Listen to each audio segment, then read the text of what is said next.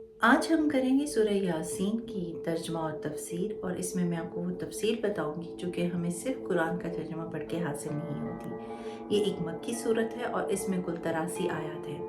نبی کریم صلی اللہ علیہ وآلہ وسلم نے اسے قرآن پاک کا دل بیان فرمایا ہے، اور ایک روایت کے مطابق نبی کریم صلی اللہ علیہ وآلہ وسلم نے ارشاد فرمایا، جو کوئی بھی سورہ یاسین کو ایک مرتبہ پڑھتا ہے اسے 10 قرآن پاک پڑھنے کا ثواب حاصل ہوتا ہے۔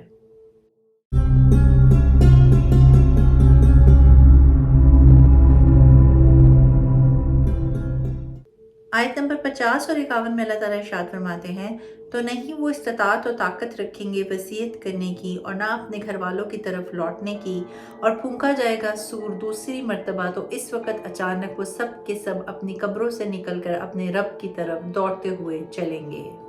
یہاں قیامت کا تذکرہ ہو رہا ہے کہ جب وہ چیخ سنائی دے گی تو کسی کو کوئی مہلت نہیں ملے گی کہ وہ اپنی کوئی وصیت کر دے، اور کسی کو اتنا بھی وقت نہیں ملے گا کہ وہ اگر اپنے گھر سے باہر نکلا ہو تو گھر واپس آ جائے۔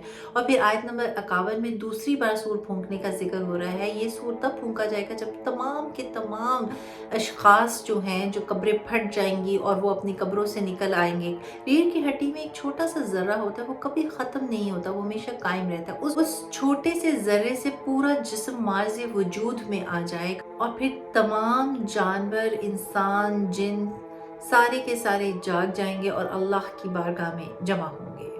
آیت نمبر 52 میں اللہ تعالیٰ ارشاد فرماتے ہیں، وہ کہیں گے ہائے ہائے، کس نے ہمیں اپنے سونے کے مقام سے جگا دیا؟ یہ ہے وہ چیز جس کا رحمان نے وعدہ فرمایا تھا اور رسولوں نے سچ کہا تھا۔ اس میں دو روایات ہیں۔ ایک تو وہ کہ جو لوگ عرصہ دراز سے اپنی قبروں میں سو رہے ہیں، تو جب دوسرا سور پھونکا جائے گا اور وہ اٹھ جائیں گے تو وہ ایسے الفاظ کہیں گے کہ ہائے ہائے، ہمیں کس نے اپنی نیند سے جگا دیا۔ اور دوسرا یہ کہ جب پہلا سور پھونکا اور تمام کے تمام لوگ مر گئے، اور ایک روایت کے مطابق 40 سال تک اور ایک روایت کے مطابق 40 دن تک یوں ہی پڑے رہے، تو گویا وہ ایک پرسکون نیند میں ہوں گے، اور جب انہیں دوسرا پھونک مار کے جگایا جائے گا تو ان کے ذہن میں وہ ساری باتیں آ جائیں گی کہ ہمیں دنیا میں بتایا گیا تھا کہ رحمان کون ہے، ہم نے انبیاء کو جھٹلایا، ہم غفلت میں پڑے رہے، تو آج ہمارا بربادی کا دن ہے۔ آیت نمبر 53 میں اللہ تعالیٰ ارشاد فرما رہے ہیں، وہ قیامت تو نہ ہوگی مگر ایک چیخ، پھر جب ہی وہ تمام کے تمام ہمارے پاس حاضر کیے جائیں گے۔ تو قیامت دراصل کیا ہے؟ بس ایک چیخ، اور ایک چیخ سنائی دے گی اور سب کے سب ہلاک ہو جائیں گے، اور پھر دوبارہ اٹھائے جائیں گے اور اللہ کی بارگاہ میں حاضر کیے جائیں گے۔ آیت نمبر 54 میں اللہ تعالیٰ ارشاد فرماتا ہے، تو آج کے دن کسی جان پر کچھ بھی ظلم نہ کیا جائے گا، اور انہیں فقط وہی بدلہ دیا جائے گا جو وہ دنیا میں کرتے رہے تھے۔ اس آیت میں اللہ تعالیٰ ارشاد فرما رہا ہے کہ اس دن اللہ کسی جان پر کوئی ظلم نہیں کرے گا، بلکہ انصاف سے کام لے گا۔ تمہیں وہی ملے گا جو کچھ تم کرتے آئے ہو۔ اگر تم نے دنیا میں اچھے اعمال کیے ہوں گے تو تمہیں اس کا اچھا اجر ملے گا، اور اگر تم نے برے اعمال کیے ہوں گے، انبیاء کو جھٹلایا ہوگا، کفر کیا ہوگا، اللہ کی بات نہیں مانی ہوگی، تو تمہیں اسی طرح کا عذاب بھی ملے گا۔